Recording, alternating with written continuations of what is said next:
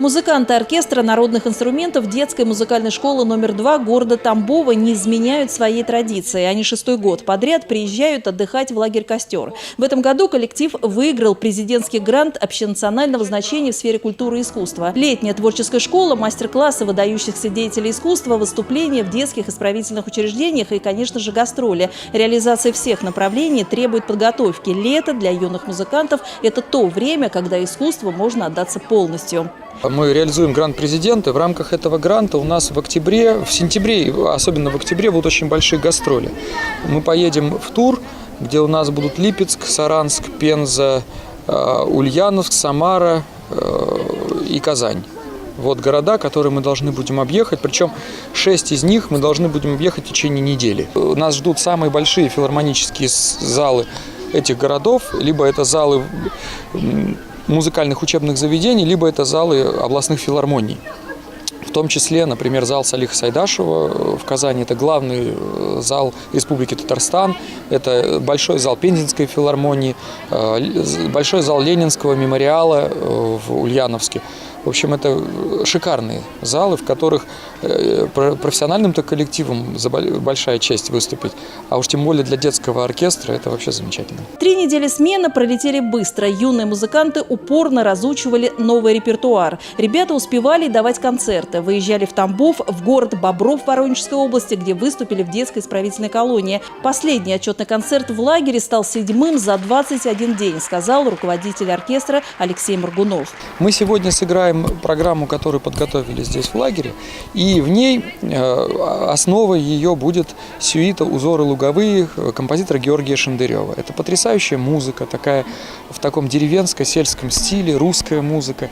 В ней нет цитирования народных мелодий, но она при этом все равно сразу же у нас ассоциируется вот именно с такой русской, какой-то где-то с удалью, где-то с какими-то сельскими посиделками, где-то с какими-то танцами. И, в общем, очень интересное, красивое. Это один из шедевров, созданных для оркестра народных инструментов. Сюита «Узоры луговые» – одно из самых сложных произведений, которые только есть в репертуаре оркестров народных инструментов. Музыканты замахнулись и удачно с ним справились. Сюита состоит из 8 частей, каждый номер руководитель оркестра представляет отдельно. Первым прозвучал хоровод.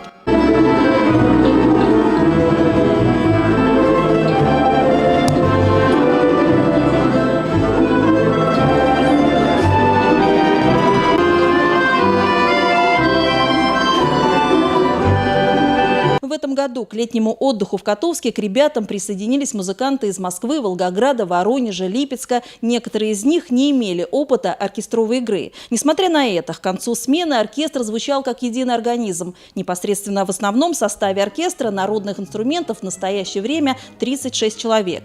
Кто-то из музыкантов не смог поехать в лагерь, а кто-то не мог пропустить такую возможность. Одна из них – Анастасия Жмаева. В оркестре я играю уже 8 лет. Я учусь в музыкально-педагогическом колледже имени Виктора Карповича Миржанова. Я закончила 2-й курс, мне уже осталось ровно половина. То, что я выбрала, я знаю, что это мое. Я очень люблю домру, я очень люблю то, чем я занимаюсь. Мне безумно интересно каждый день постигать новые вершины именно в музыкообразовании. Желание вернуться сюда, оно невероятно огромное, потому что мы здесь сможем продолжить свою творческую работу, мы здесь сможем продолжить свое образование, как я говорю, получать тот невероятный опыт, который в обычной жизни ты вряд ли получишь. Одна из самых юных участниц оркестра – Анастасия Тюрина. С 2 лет девочка осваивает балалайку. В Котовском лагере отдыхает впервые. Какое произведение тебе нравится? «Гляжу в озер синие». Есть такая русская народная песня. Мне очень понравилось в этом лагере. Я в следующем году, наверное, опять сюда тоже поеду.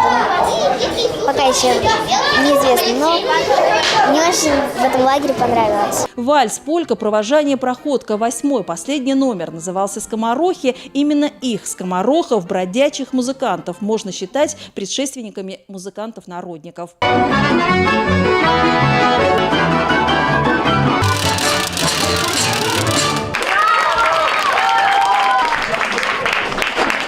Основная часть программы отчетного концерта длилась полчаса. Зритель не отпускал музыкантов, все номера встречая аплодисментами. Не обошлось и без слов признательности за талант, за труд, за подаренные положительные эмоции. Вручая коллективу почетную грамоту, начальник отдела культуры администрации Котовска Татьяна Лукошина сказала: «Ваш оркестр один из самых лучших в России». Вы завоевываете первые места на всероссийских и международных конкурсах.